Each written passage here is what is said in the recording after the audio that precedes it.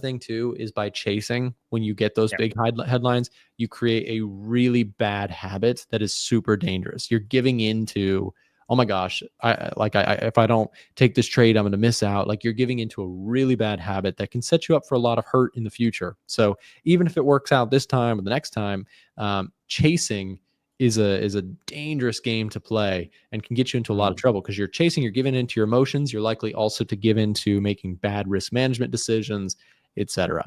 That's all we got time for this time. We got Chris Pulver's show starting up next here. Before we move on to that, real quick, if you guys would like to hear more from Ivan, he has his own YouTube channel, and he also does one-on-one coaching. So if that's something that you're interested in finding out more information about, first of all, you can subscribe to his YouTube channel, Ivan FX. And of course, if you are interested in the coaching services that he offers, you can send him a direct message there, or you can find him on socials, or if you're in our Discord, you can send him a DM there. Ivan, thanks very much for coming on and talking markets with me. Thank you very much for having me. All right, see you next time. Up next, guys, we got Chris Pulver taking over the show here for a little bit. Before we run that back, remember, we're doing our Edge Finder free week. It is free to everyone until next Monday. If you'd like some information, we'll drop the link here in the chat right now to where you can apply to get access to the Edge Finder free event. That is available now until next Monday. We do these very infrequently, so if you're interested in trying it out for free, if you do not have it yet, it takes like 1 minute to get access to the Edge Finder for free. That link will be available until next Monday. So stay tuned. Chris Pulver is up just after this. Hey everybody, thanks for tuning in to today's A1 trading session. We love engaging with our audience, talking shop, taking requests, and sharing our favorite setups. It's about that time where we're going to review a bunch of indexes, stocks, currencies, gold, silver, Bitcoin, and pretty much anything else, and share our insights. If you're wondering what trades I'm in, if you're wondering what trades I'm taking, and you'd like to see exactly how I'm trading everything, you can actually follow my trading signals. If that sounds like something you're interested in, we'll share a link in the chat. You can sign up. You can sign up directly with the link or speak to a support rep if you have any questions. If you're asking, what do I trade? Pretty much everything. Indexes, ETFs, stocks, options, futures, Forex, and crypto. Thoughtful analysis, active trading. Check it out. And now, back to the show. Good morning, traders. Happy Monday. Welcome back. I had a chart alarm go off on TLT. Bonds are getting a bit of a bid this morning, and we have currency strength chart. We have dollar that was on top. So we had Swiss dollar offering probably the most safe haven flows for the morning. Pretty much, interestingly enough, moving in tandem. And then the dollar has separated. The Swiss is still on top. Pound is getting a bit of a bid. CAD is back to middle. Lowest was yen and New Zealand and Aussie, which we've seen this pairs quite a bit. The Aussie and New Zealand both kind of representing risk on trading. So risk off flows coming into the U.S. session. Basically, U.S. attacked Iran. It was for nuclear facilities. I think they're still trying to look for some type of deal. Don't retaliate or we'll retaliate more.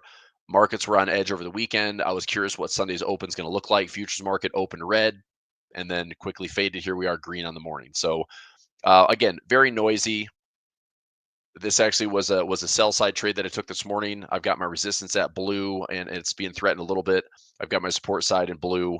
I'd like to see price actually fade this rally a little bit. I'm still thinking that by the end of this week or going into the end of the month, which is next Monday, that we're still going to be able to tap this like 5905, 5900 support level. But if we don't, it's just more hedging that are pushing prices higher. So depends on the mix of like positive, negative gamma. But hopefully from the levels that I have here today, and this is what I was watching, is I really don't want to see prices intraday, move higher than the expected move. They have. It's like plus or minus today was like 28 points. It's already up almost 40 points, 45 points. So I'm hoping that like the 60-10 to 6,000 handle holds. Maybe even falling back below 6,000 would be kind of nice this morning. I like to see if pricing just kind of center out for the day. News-wise this week, here's some other thing I'm watching. I was kind of thinking this like sticky 6,000 handle would kind of hold as a ceiling. So far, it is like we're trading live at 6003, but I'd like to see price kind of fade back below that. Like I said, bond market gets a bid a little bit. I do have TLT exposure. I think I have part of my diagonal spread on TLT is out to the end of the month. So if I go TLT, 89 calls out to the 30th. So next Monday, if somehow this TLT is above 89, that is kind of perfect. I wouldn't mind it getting called away. I've got the 65 by 89, and that is $24 max credit. And I think I paid for this. Let me double check my tracker here. TLT. So I paid my debit's around $20.30. So if I go 65 plus 20.30, my break even's at 85. You get it called away 89. I make 370 per contract, and I have quite a few contracts here. So 4, 8, 12, 16, 18, 24, 8, 30. So times 30.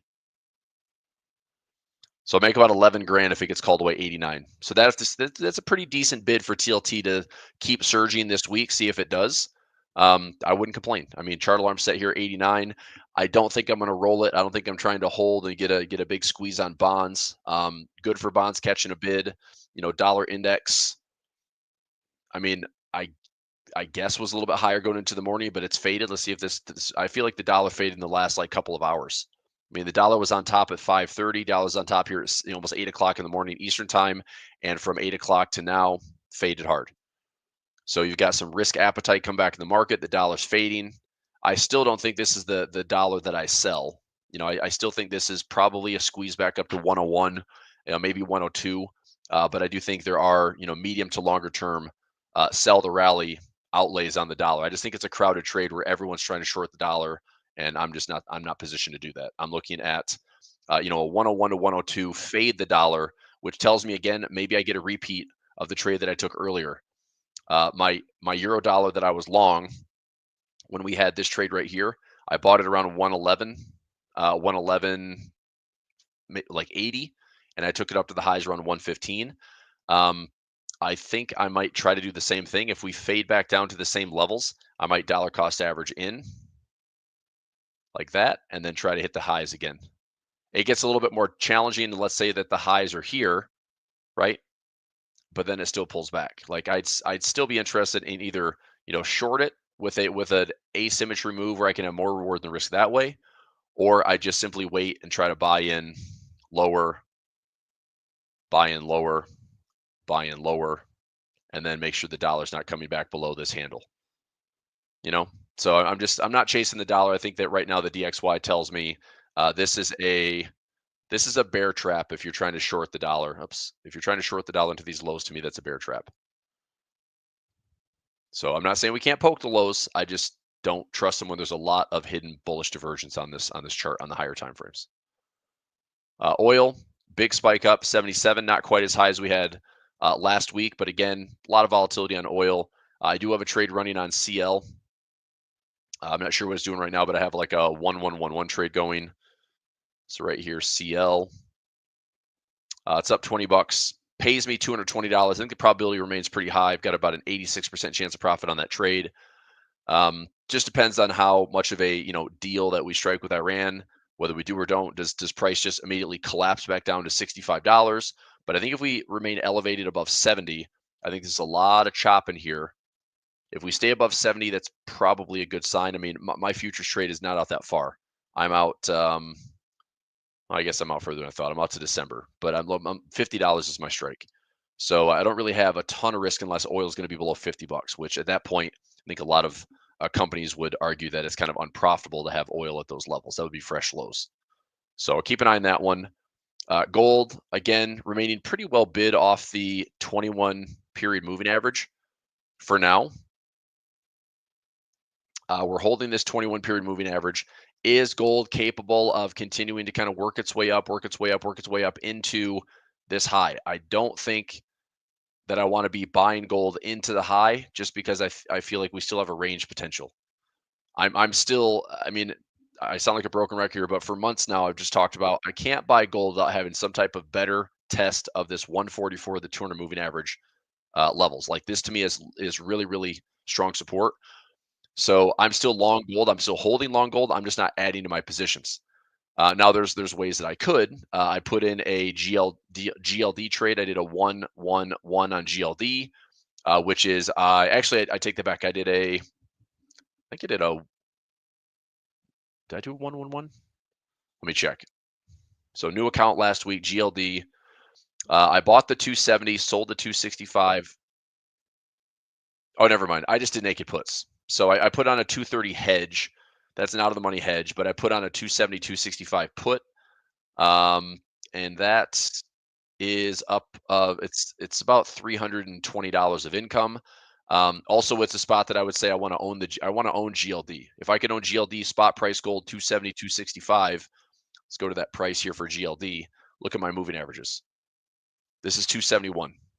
So if I'm willing to say, hey, broker, I'm willing to own this at 270, 265, that means that price would have to fall in order for me to get assigned. We'd have to fall about 13%. We'd actually fall further than 13%. So we'd have to have a pretty big correction on gold for me to get assigned.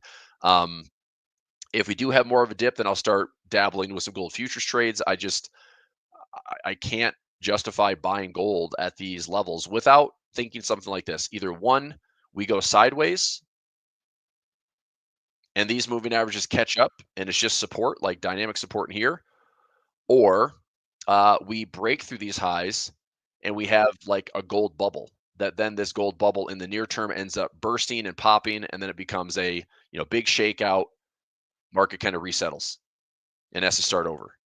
I don't know. I mean, if it's a gold bubble, then as I've said this before, like as we're going higher, I'm moving stop losses and trailing stop losses because eventually that will crash and that will correct. And to that degree, probably like 20+% would be a correction. So I think it's easier for traders right now to think if gold just stays in a range, this is a large accumulation zone and gold maintains a bid. I think right now, as kind of as desired as gold is for a non-dollar trade, for a global hedge, for a store of value, I think it's probably consolidation. It would be more challenging to see, big move in gold. Everyone gets excited. The trade gets extremely crowded, and at some point that thing breaks. And I don't know what the catalyst is that would break it, but we saw that happen back in 2010, 2011. But consolidation's fine. Consolidation is fine if I get a chance to buy the dip, right? Buy the dip. I just don't want to buy as we're nearing highs with about 13%, what I think is a pretty solid technical correction and measurement. We're on a pretty high bar count. Will dollar stay strong? I mean, I said no. I mean, I think the dollar at best is going to be a squeeze. I think the dollar at best is, even if we go, I mean, here's a simple way to look at it. If we go this way, so if we have dollar weakness, let's right now from this recent high, which is that 102 handle, we've seen lower highs and lower lows. If we go one more push to the downside, take the low out, I feel like on the right side of this trend line, the dollar catches a bid and works its way back up into the range. So I think this is a bear trap. I think at these lows, this is a bear trap for the dollar. It's crowded. It's oversold. There's lots of divergence. And, again, it is surprising that this is what seems to be a risk-off environment, yet stocks are higher today. Oil's up. You're seeing the Aussie and New Zealand round out the lows and start to come back. The dollar and Swiss were safe haven. They're now fading. Like, it's funny how this market isn't pricing in anything. Like, there's no real shock and price action. We are still very, very calm at these tops. I mean, for now, this is now like week 3 of a lot of indecision. And going into the end of the month, I mean, something wouldn't be terribly surprising to see like indecision candles for like these 2 or 3 weeks, and somehow going into the first part of July or getting into the July options expiration by the 18th, we're either back to the highs or we're having a more meaningful correction. So I'm looking at just a volatility play on maybe on SPY, maybe on QQQ, just to see if we can go somewhere. So let me I want to price something out right now. Like Qs and SPY, let's go out to the end. So Qs, I can only go out to the 25th. I think SPY can go out this GLD. Let me go to QQQ. So I can go to the end of the quarter. Let me go out to the end of the July. So I can go July 31st, August 1st. 31st is a what? 31st of July is a Thursday, maybe August 1st. Okay, let me move this chain up. So this is QQQ out to August 1st. We're trading around 529. I know highs on the Qs around 540. 541, that's 12 points higher. And let's say gap fill, that's 5. I mean, that's crazy. 27 points to the downside or about 12 points to the upside. I almost wonder if I can just put on a skewed trade. If I were to, let's flip this option chain around. If I were to buy,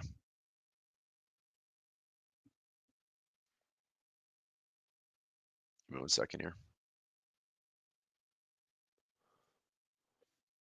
If I bought the, I think I looked at this last week. If I bought the 35,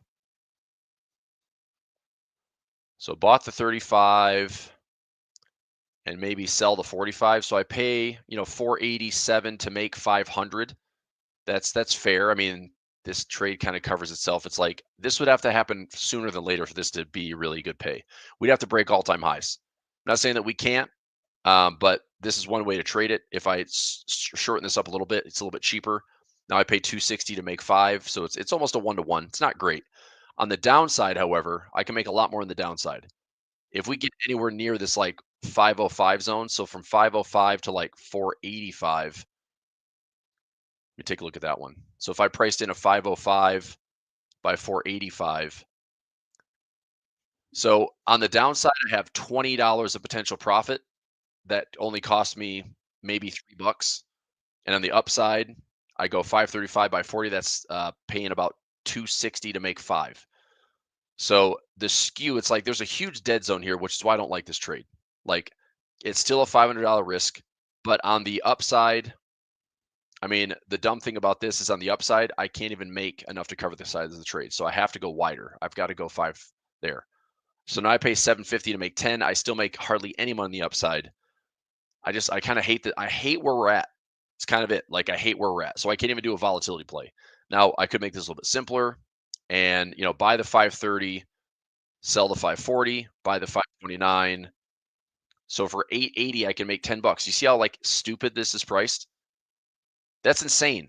Like I have to pay $8.80 to make $10. That's backwards. That's a horrible reward to risk profile. So it's like you're just not rewarded for any real directional movement outside of if the market falls, then you get rewarded really well. If the market rallies, you're paying so much for that upside premium. I hate the trade. I really hate the trade. So anyway, I think the best trade for me is just patiently waiting. I'm actually going to bring something up really quickly to show you. Let me go to.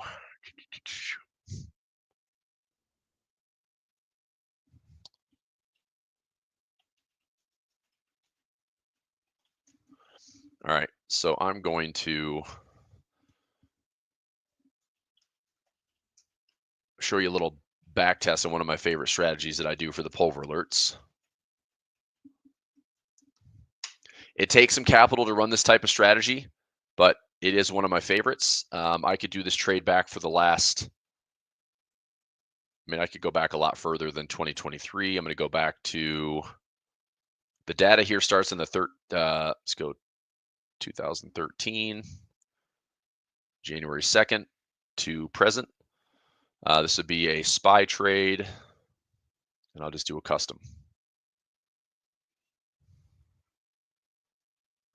So if I buy a put at a 25 delta, and then I can sell a 10 and sell a 5. Let's go out 60 days. Actually, we'll go 90. Okay, you're just going to see an equity curve that's pretty amazing. Max open trades will go 1, 1.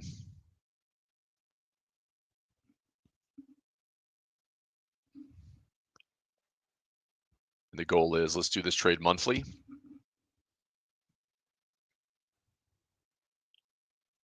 Profit target, I'm going to go after 85% of credit pulled in. With commissions. Okay, and also requiring 2 consecutive hits of the profit target to close. So it's not just some funny like, oh, it hit it once. Like this has to be like multiple hits of the profit target. So, all right, let me run this in the background. This might take a second. I'm just running this on my other screen here, but I'll show the results. So you should see a profit and loss curve that looks like this. Bottom left to top right. very little disruption on an underlying that you can own with a plan B to fix. So I do this a lot for my managed accounts. It does take some capital. There's obviously volatility in the trade, but let me see here. 25, 10, 5.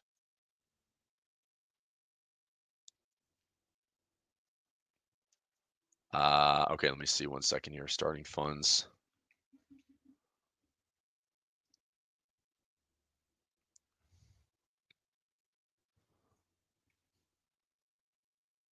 Okay, we'll try this.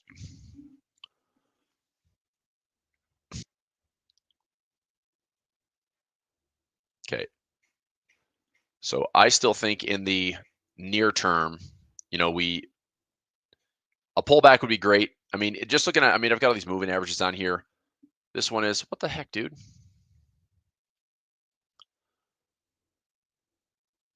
Let me switch the date here, I guess. Like,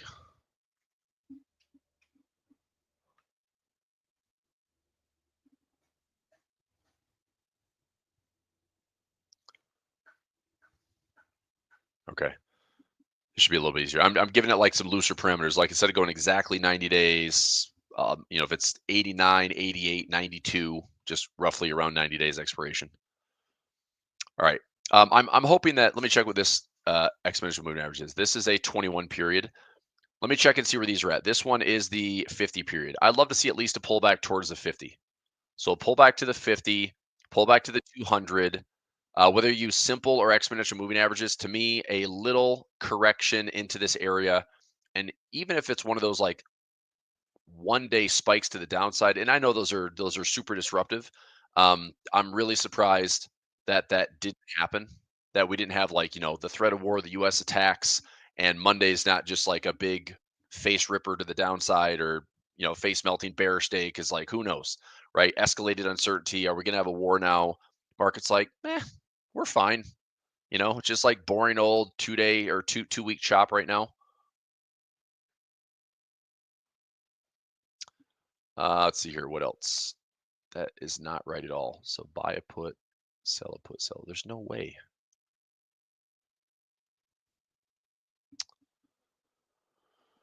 Hang on a second.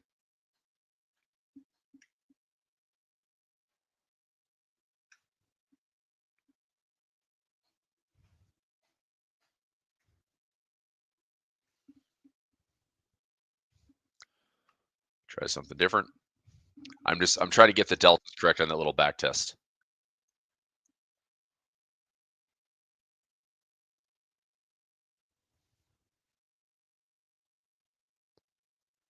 Let that run.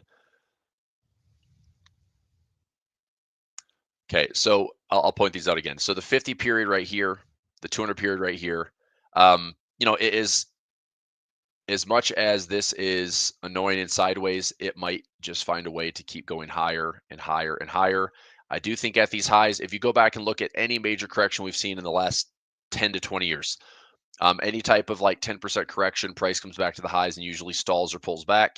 Any type of correction, the market comes back up here, pauses, gets up there, maybe pauses at the top, then goes up, comes back down, then gets, it's like, the market's going to have to respond to this level in some way, shape, or form. Whether the market is going to stall at these highs first, like it is right now, whether or not this, I thought for this structure, this was a pretty clean rising wedge, and we're just not really making any convincing break to the downside. So this rising wedge is really noisy. If it keeps giving lower lows, then we're coming back in the correction I'm talking about here, the 50 period, 200 period, fill this US-China trade agreement gap. But in that area, that's where I want to go. Like I want to start positioning for better trades, more long, more allocation in that pullback zone. Because to me, I think the downside is a little bit more limited. I don't think we're coming back to this low. I think that the Trump administration pivoted pretty darn hard. The goal is now it's all about growth out of this. All right, here's finally the trade I was talking about.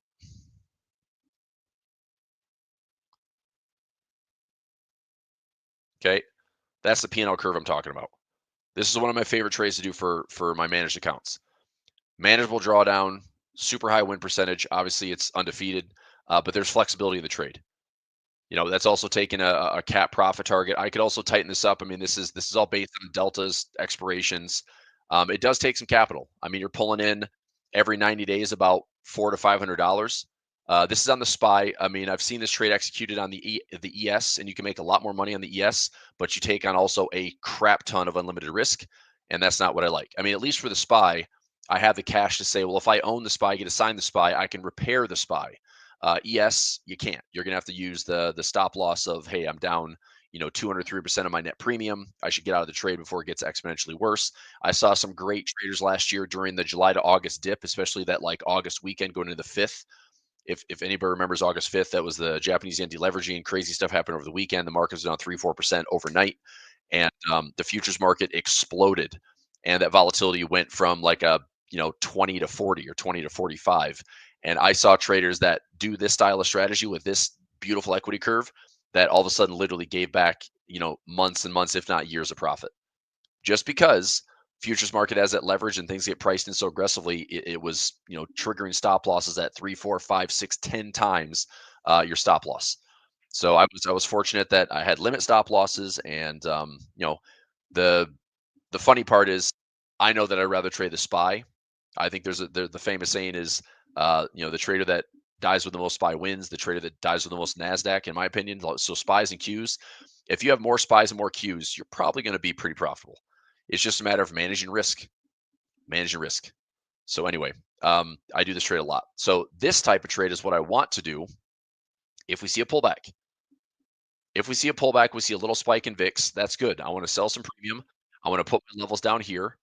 I do have a couple of those already organized right now, and I put them down to this, the SPY at 510, and the Qs, I think it was around the 420 handle, 425. So between the 500 or 510 SPY, 425 Qs, I mean, I have that trade in right now. Obviously, if price goes higher, that becomes easily profitable. If price comes lower, I'm going to take on a little bit of heat, but I'm going to start adding more trades in and just lower the strikes. I mean, if I could own Qs at $400, I would happily own Qs at $400. If I could own the SPY at $500 for $490, I would happily own the SPY at $500 to $490. I think we'd all agree. Okay. And it doesn't mean that we can't go lower. It just means that with a couple covered calls, with some downside protection, with some managed risk, I think that it's a great starting point. If I'm going to own shares, it's a great starting point, right? Okay. So let's see what we get. I'm checking a couple other things here. Trades on the day for me. So down and down. This hedge is up a tiny bit, not much. I need prices to stay below 60.10 and 60.15 today. Right now we're trading at 5.999. So a little bit of threat to my call side. I'd like to see if price can come back into this area. Let me move this chart alarm. So we're at 59.97. Let's see if we can go to like 85 or so and see what that looks like on my break even. That might be a break even or better. Maybe come back halfway. Okay, let's talk other stuff. We did dollar, we did gold. Let's do silver. Okay, so like I said, gold is staying bid off this 21. I'm not sure how crazy scalpers are out there, but if you're buying that 21 period, tight stop loss. I know that last week's trade battle, that was a huge lot size for Blake, and that hit really well. That ended up, that and like a 10 lot trade on the euro dollar, one of the trading battle. But that was super precise based on an intraday swing. That was this low high 618 pullback, caught a nice bid on Thursday, and still, I mean, in the bigger picture, it's not much, but when it comes down to like that precision, that little pop, that respect of the fib zone plus the 21-day moving average, I think you got a little bit of a jump there. But I think it's more, are we going to see slightly higher levels? We're going to retest the highs and fail at the highs. I still think this correction and pullback is needing to happen on gold. Silver, actually, you know what? Silver futures, I might look at this one right now. Silver futures, it's all about the reward to risk setup here. But I think silver is a pretty good bid. I'm going to see if we can hold above like 31.80. I think it'd be tough to get like a 27.50 here in silver futures, but I'm gonna look at it. So silver futures,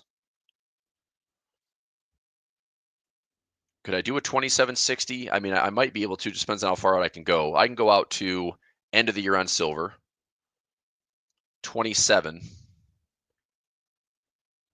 This would be just kind of strictly an income trade, 27.50. So if I, let's see, if I buy, sell. So I can make some income there. Buying power is not awful. I would want to, I want to make a spread so I at least have some credit here. That makes me about 40 bucks. That's nothing. Makes me about 80 bucks. That's nothing. So I'm just trying to keep my buying power pretty tight. 100 bucks here. That's not awful. So I'm taking up like max loss. Buy power is not bad though. This would be 150 bucks. Like probability of profit in this trade is pretty darn high. Like 94%. I don't think silver is going to collapse necessarily. Could I maybe give myself a slightly bigger profit? So I could give myself a bigger profit trap. Let's make an 80. How wide is that? So 27 by 25. Make about 140 bucks. So buy power is 808. So make 140 out of 808. I mean, this is 17% return on buy power. Probability of profit's pretty high, 95%. There's not really a plan B because it's a futures trade. I can't own the underlying, but I own SLV, and SLV just doesn't offer the same premium. This is more of like use the structure. I think silver is a great bullish trade. So the trade that I'm talking about is if I put on the silver trade, we have to stay above this level. Like I get paid if price goes higher in silver, I get paid. So if I do this for, every account here, there's roughly 15 accounts. So if every trade offered up about 140 bucks a profit, so 140, so make $2,000 on a pretty high probability trade. It's okay. Like it moves the needle just a little bit. Add it to the bottom line. It's just a trade. Buy power wise, it doesn't take up a ton. So 800 bucks. So 802. I mean, I'm tying up 12 grand to make 2 grand. Yeah, about a 17.5% return on buy power. That's okay. I think I'm going to take the income trade. So let me see if this will price out. If I did it, it should be cheaper this way. Now it's over 200 bucks. I like this one a little bit better. So that cuts my max profit down a little bit. So there's max loss versus max loss. But as far as the incoming credit, now I'm making, instead of 140 bucks, I'm making $200. So I'm making about 3 grand in the same buying power. So 3 grand out of 12. I'm making about 25% return on buy power versus 17. Okay, I'm going to take this trade. So this one, hopefully I get filled at 44 cents. I'd like to get filled a little bit better than that. So let me try 45.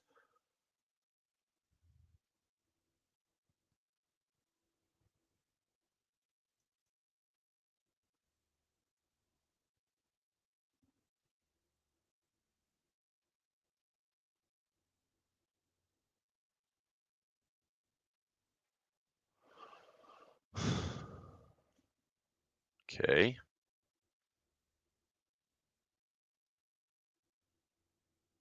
Pending order on SI. Let's go.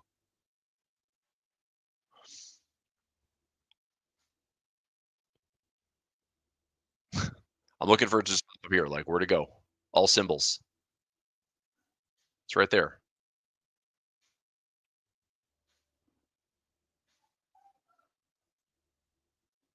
Is it not in that account?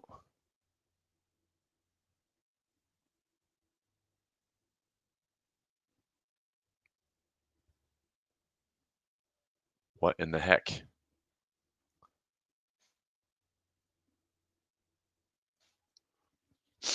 Okay, so it is right there. I'm trying to find it here. It should pop up in my pending orders for this account.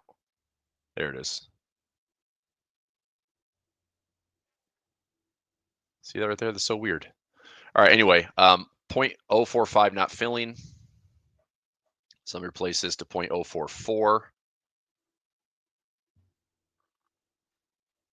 0.043. You dirty dog. 042. Now it takes it down to 190. Come on.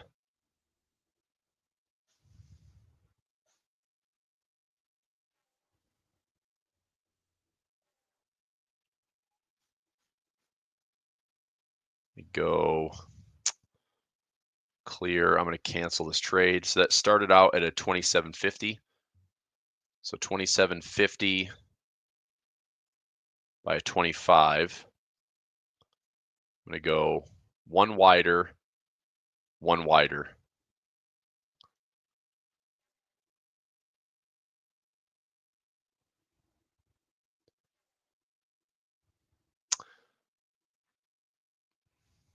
$48. Now it's $220. Like, why can't I get filled there? All right, I'm gonna try this one more time. 0.048 is the mid. 0.48 mid.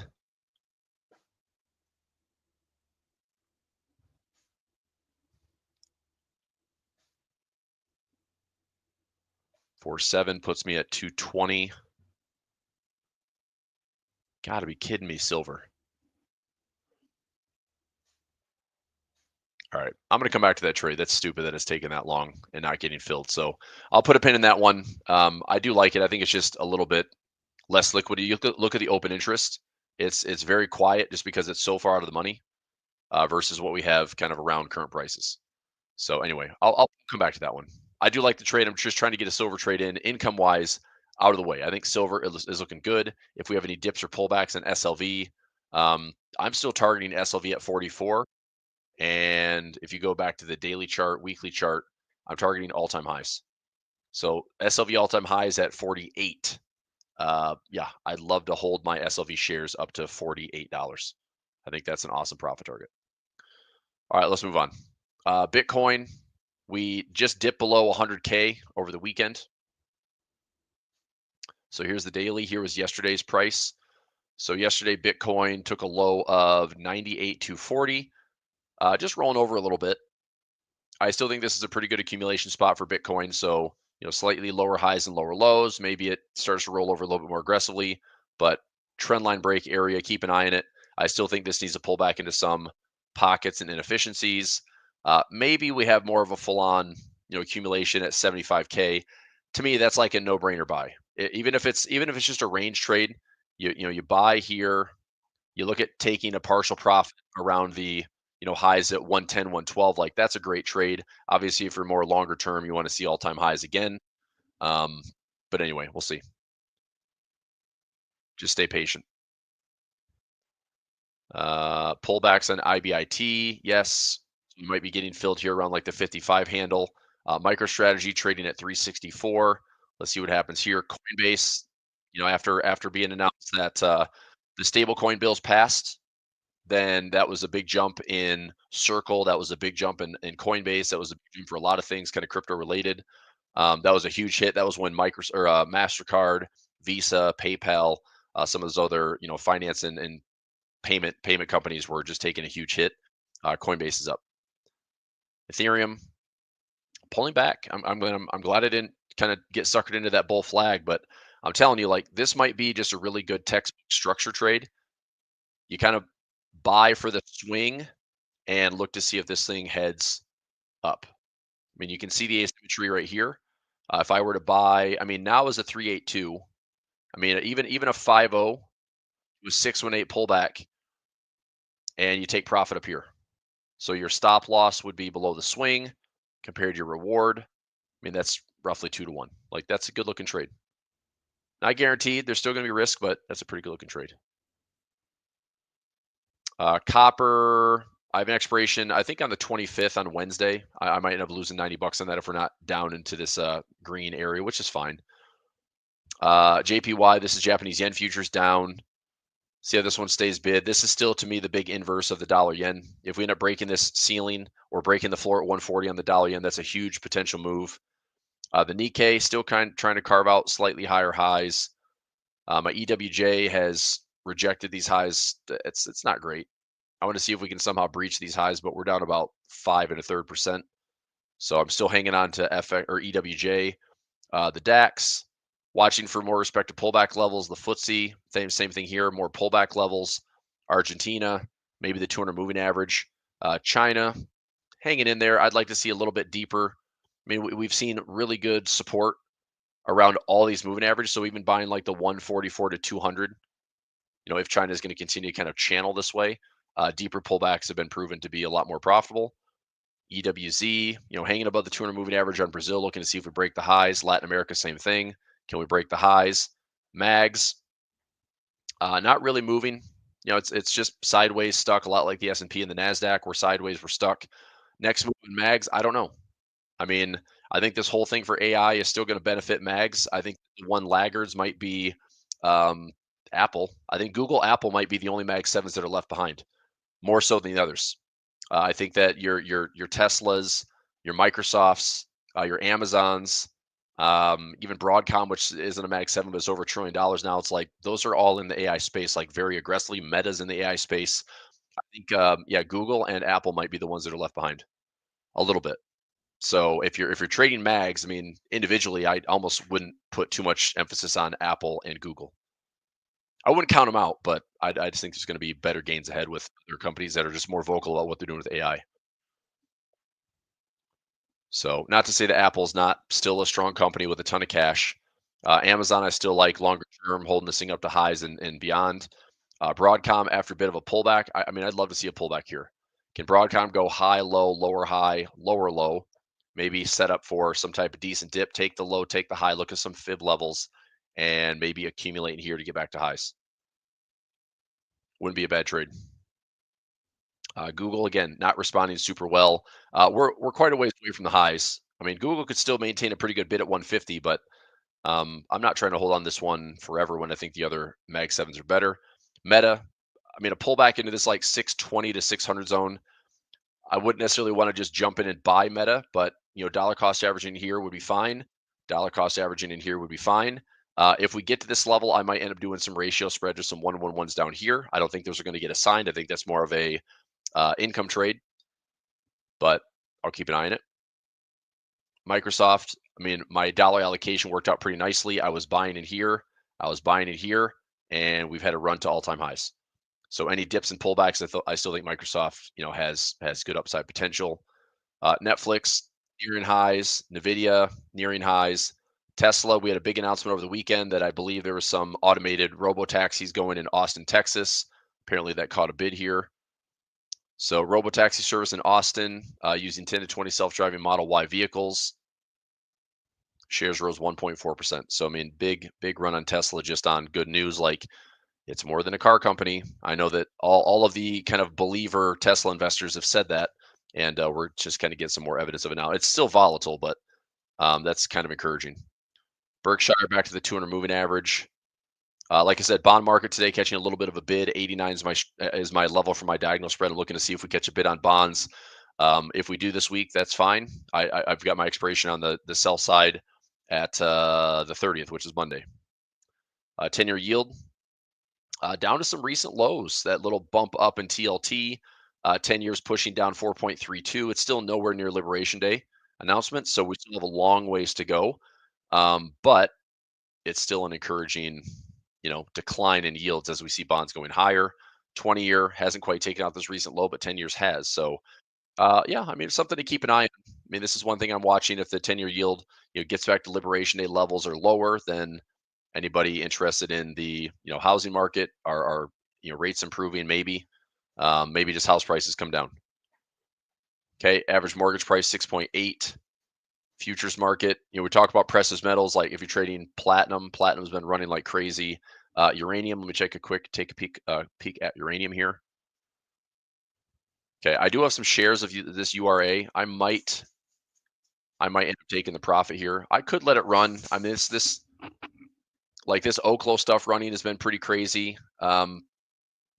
Where's my URA here? So it's up about 12 grand. It's not bad just to take some profit. I'm not saying that we can't go higher. I actually do have a measured move on this one towards the 40s. So I'm going to see if we can just hit. I mean, this is just pretty technical. There's a swing. There's a symmetry. Make sense? So like, I mean, I don't want to be super greedy, but having this swing, having all this chop and all this like correction. Okay. I'm hoping that this is a symmetry move. So low to high, high or low to high or high.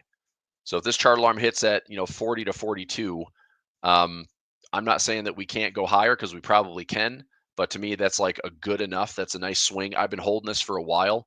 I mean, the shares that I've held, I held through this breakout here and all this support. That I really thought once we broke, we were off and running to $40. It just took longer. But if we run up to these levels and hit it, it might just be put in a trailing stop loss and see if I get the benefit of some momentum.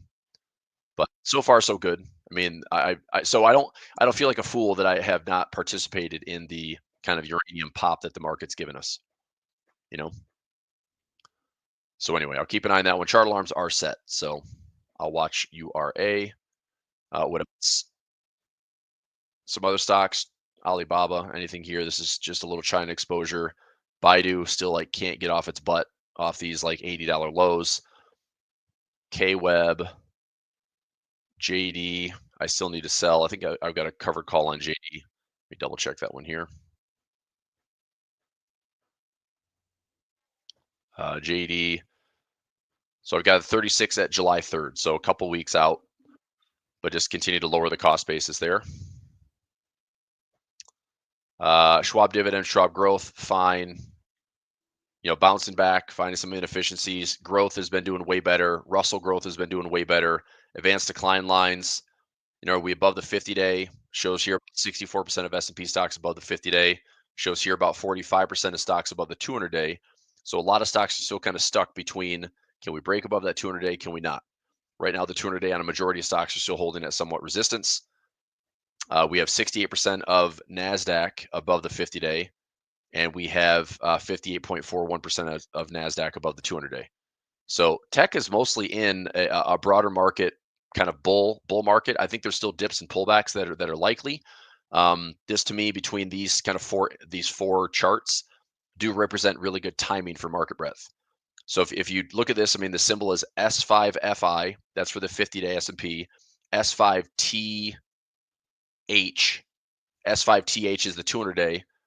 NDFI and NDTH.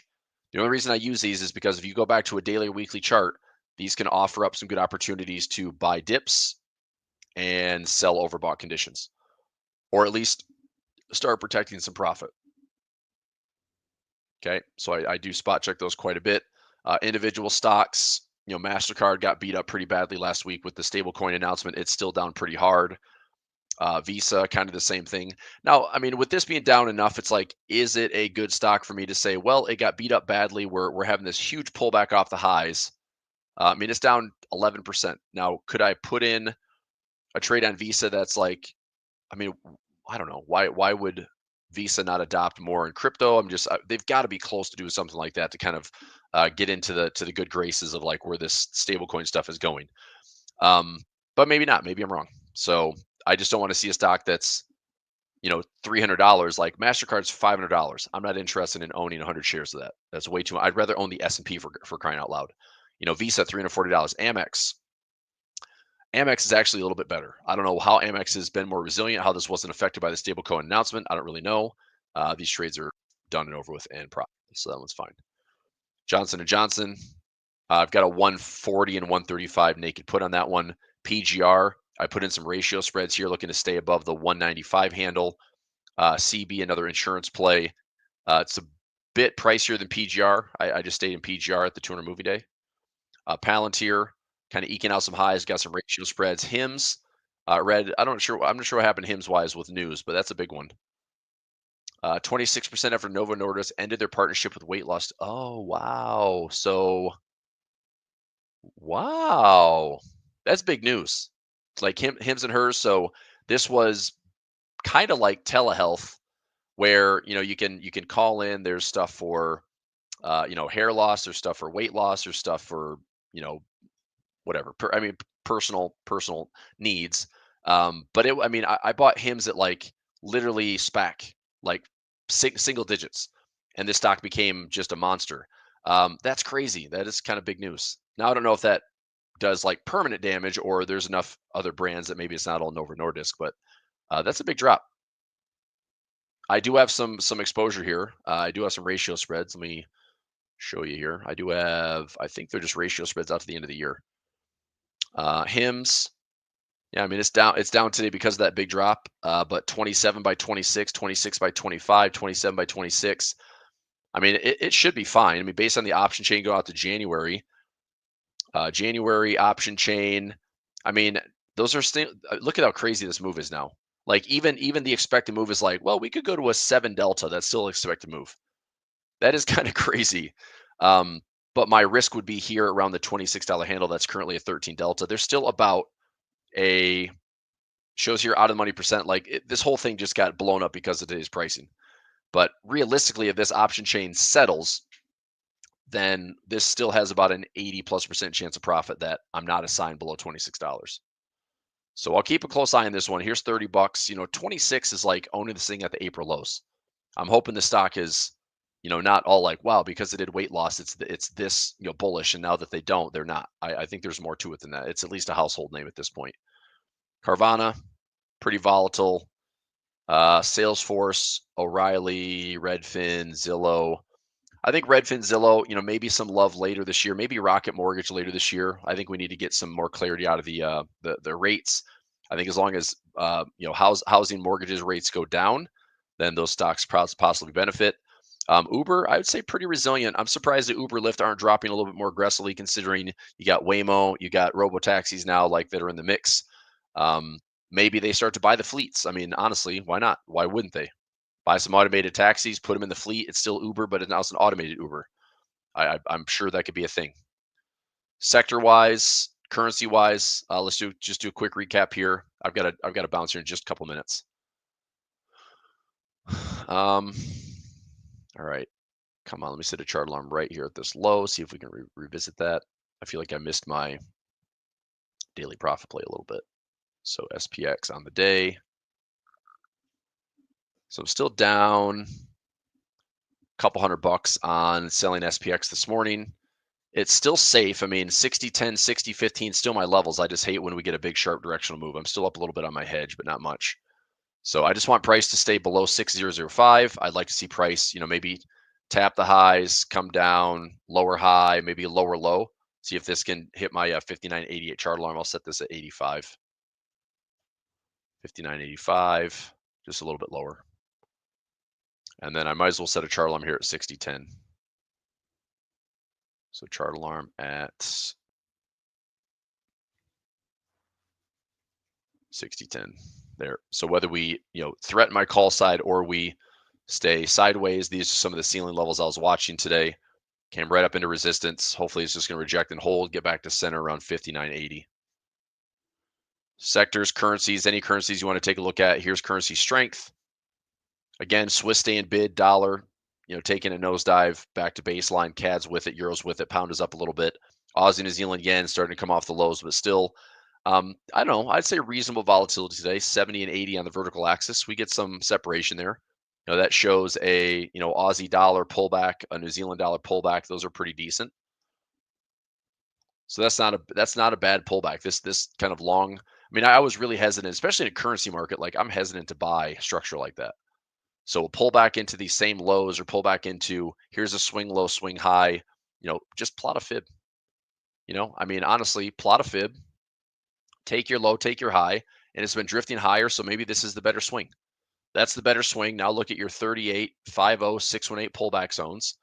And do we hit 38? Do we hit 50? Do we hit 61%? I mean, I would buy in there. You could buy small. Buy small, buy small, buy small, stop loss below. There's your risk. And then your reward would be 1-to-1 or better.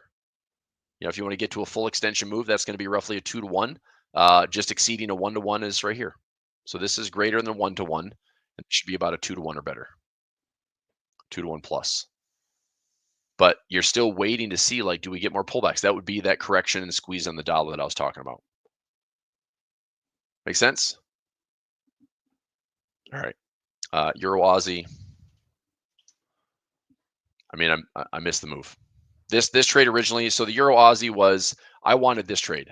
High, low, lower, high, lower, low. That's the trade that I wanted. So now that this is on the upswing, I don't know if this is going to stop. If we have risk off flows, like this probably goes back to the highs. I don't want to fight that. So for me, I don't like a trade. I wanted a pullback here to sell. I didn't get it. And I wanted a dynamic support to buy. I didn't get it. So it's just been slippery. I don't like a trade. Euro CAD, maybe rejection at the highs. That's about it. I'm surprised that Euro CAD's not doing better with oil being up. Euro Swiss, kind of messy, but still hopefully break above the 200 moving average and head higher.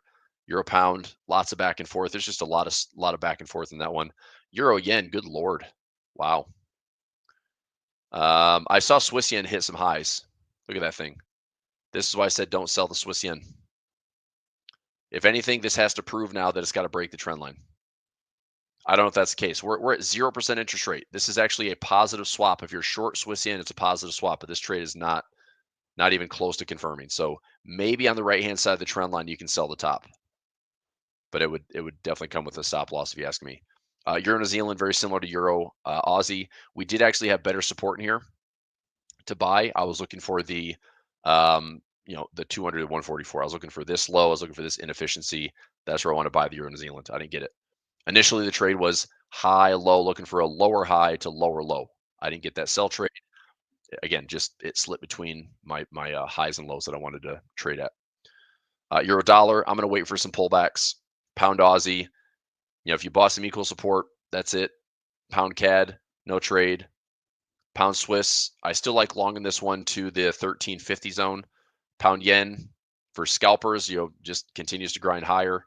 Pound New Zealand, you had equal lows at 2.22. Not a bad spot to buy low. Pound dollar still hasn't broken this stupid trend line. This trend line's been around since January of 2020, or I'm sorry, January of this year, and we still haven't broken it. Zealand CAD, a decent pullback. I'm getting closer and closer to my 50618 pullback zones. So looking for an entry in here and in here to buy. This area, I want to take this trade to the north. New Zealand Swiss, pulling back still. Maybe it's a double bottom. Still a pretty decent bar count on the 200. Just watching the structure. New Zealand Yen, no trade. New Zealand dollar, good pullback. Dollar CAD. If we're not breaking this trend line, I'm not doing anything with dollar CAD. If we get down to like 134, 133, 132, then maybe a buy trade here. If you're looking to sell it, you're selling maybe a stop loss above this high. But that's not a bad spot. It's not a great trade, but you'd want to see this go lower. I'd be careful on that. I think there's really strong support here at 132 to buy versus trying to look. If you want to sell the dollar CAD, then you should have sold it up here. This is not where I'm interested chasing below the halfway point trying to sell this thing. Obviously a much better sell trade. To me, this is a much better buy trade in the middle. Let it be noisy. Dollar Swiss, waiting for a trend line to break, see if it happens. Dollar Yen, big volatility on the dollar yen, up, back down. Until this trend line breaks, maybe this 140 handle, this floor isn't going to break anytime soon.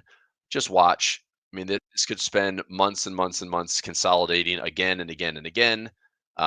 Eventually, when it breaks and goes down, it'll move really aggressively. Maybe we try to time that. Otherwise, don't waste any sleep on it. I think that's going to do it for today. So, all right, I'll let you go from there for today. We'll come back and do this again tomorrow. This week, we have core PCE. We do have Powell with the 2-day testimony.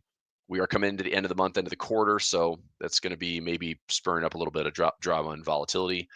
Keep an eye on some things. I keep talking about 5,900. Right now, this market just kind of seems to be like sandwiched between can't really break above 6,000 or can't really break above 60.50, but we can't really get back down below 5,900 either. So, I mean, I do think at this juncture, something this week is going to have to shake this market up. If it just stays in no man's land, then the next couple of weeks going into July, I would imagine there's got to be some type of breakout coming. I mean, this is a lot of indecision for 2 weeks of trading. If we have another indecision week, I'd like there to be some type of breakout that we can take advantage of. There's got to be some type of volatility move. So, all right, I'll let you go for today. I'll see you tomorrow. All right, thanks. Bye. Thanks again for watching today's show. Our goal at A1 Trading is to continue to share free value to our audience through daily videos and articles, keeping you up to date with the latest market coverage. If you enjoy our content, make sure to subscribe for more. From all of us at A1 Trading, have a great day, and we'll see you next time.